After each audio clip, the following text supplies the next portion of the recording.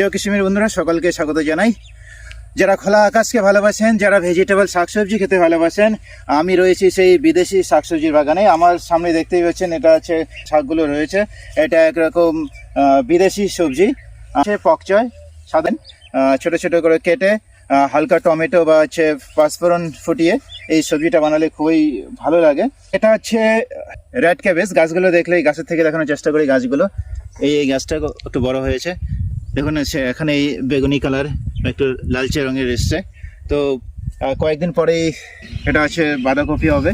আর বাঁধাকপিতে দেখতেও হচ্ছে লাল রঙের, আমি ছবিতে দেখাবো এটা বাঁধাকপি। তারপরে দেখতে পাবো এই যেখানে হচ্ছে এটা হচ্ছে ব্রাসেলস স্প্রাউট গাছগুলো আজকে আমরা চাপান সার দিলাম। এই ব্রাসেলস স্প্রাউট এটা বাঁধাকপির মতোই লাগছে গাছগুলো, তবে এটা হচ্ছে অনেকটা বড় হবে হাইটে।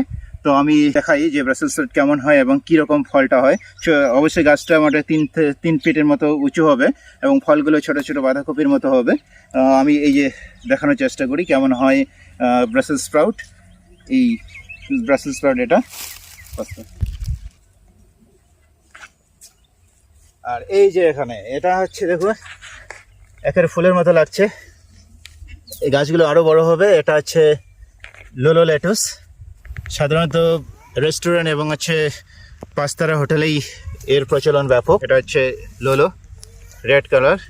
আর এই যে এখানে যে রয়েছে এটা দেখাই, এটা হচ্ছে এই যে দেখুন এটা সবুজ কলা পাতার রঙের। এটা হচ্ছে গ্রিন লেটুস, একই, এটাও স্যালাড হিসেবেই খাওয়া হয় গ্রিন লেটুস। তো লেটুসের হচ্ছে কয়েক রকম প্রজাতি রয়েছে, কয়েক রকম